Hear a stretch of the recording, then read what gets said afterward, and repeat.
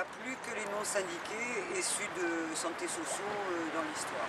Après, il y a quelques copains de la CGT qui restent avec nous, mais à titre personnel.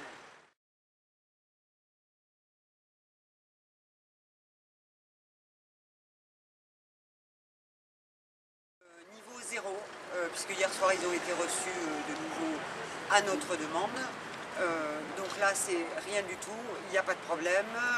Le directeur d'ici ne peut rien faire de plus. Tout est dans les mains de l'ARS, alors que la semaine dernière on sait très bien que l'ARS nous disait que ça ne pouvait se débloquer que sur Marchand. Donc on est au point mort.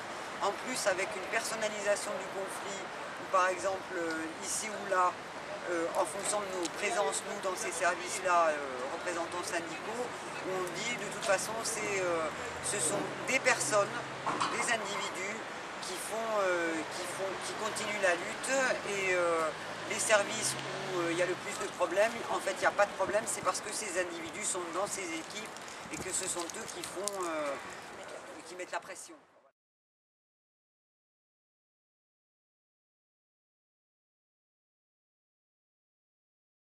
Aujourd'hui, c'était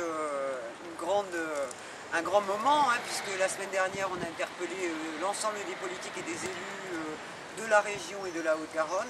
Donc là, aujourd'hui, ça a été une réussite, puisqu'on a, il faut donner tous les politiques qui sont venus aujourd'hui. Donc on a eu l'Europe Écologie, le NPA, le Parti de gauche. Faz n'est pas venu personnellement, mais avait envoyé son soutien. Une réponse du PC qui devait venir, mais bon, qu'on n'a pas vu ici. On a eu après des élus qui s'engagent à demander un rendez-vous à l'ARS la semaine prochaine. Voilà, donc là aujourd'hui on avait un réel soutien politique, et c'était d'ailleurs le moment où il fallait absolument l'avoir, puisqu'on voit bien qu'au niveau syndical, ça ne suffisait plus à faire bouger les choses. Le but, c'est pas de laisser l'attente le plus longtemps possible, c'est de laisser l'attente, de partir, on laisse l'attente tant qu'il n'y a aucun débouché au niveau des négociations, mais le but pour nous, c'est pas de garder l'attente là ad vitam aeternam, hein, c'est vraiment d'avoir une réponse à nos négociations.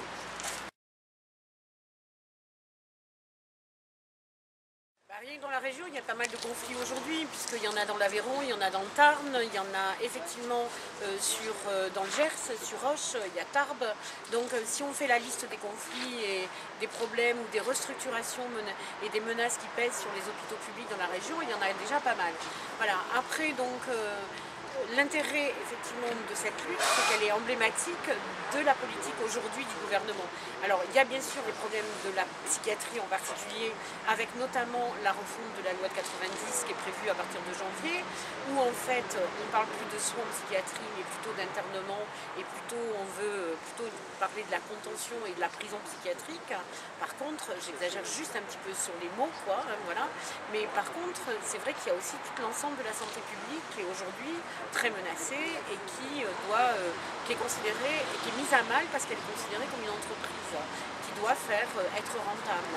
Et effectivement, c'est absolument aberrant de parler de soins psychiatriques ou de soins tout court en santé normale, classique, en parlant de rentabilité. Donc, et c'est vrai qu'aujourd'hui, devant l'impasse qu'ils ont dans la direction, face à la direction, la seule ouverture qu'on peut avoir, c'est les ARS qui sont des préfets de santé et qui ont les pleins pouvoirs. Ils sont nommés directement par le ministère, ils sont même au-dessus des préfets d'ordre général républicain, et vraiment c'est eux qui ont la maîtrise du dossier. Donc nous on était un peu coincés puisque M. Chastel, directeur de l'ARS, refuse de voir le personnel et négocier. Donc là, l'appel aux politiques, c'était pour ouvrir ces portes. Après, on voit bien qu'il y a des consignes aussi au niveau national. On a interpellé au niveau du ministère, au niveau de la DOS. Il n'y a pas de réponse, pourtant les consignes sont très claires. Donc c'est vrai qu'il faut qu'on arrive à réellement construire, à ouvrir cette lutte, à la faire partager pour effectivement qu'elle sorte des murs de Marchand et qu'elle pose réellement. D'où l'initiative de 16. Le 16, Donc effectivement, ce qu'on espère, c'est que Annick Coupé, notamment porte-parole de Solidaire, puisque Sud Santé Sociaux est dans la bagarre, puisse venir sous la tente, puisse partager un moment avec les grévistes. Bon, on espère même pouvoir lui avoir une prise de parole au niveau peut-être des médias, au niveau de la région.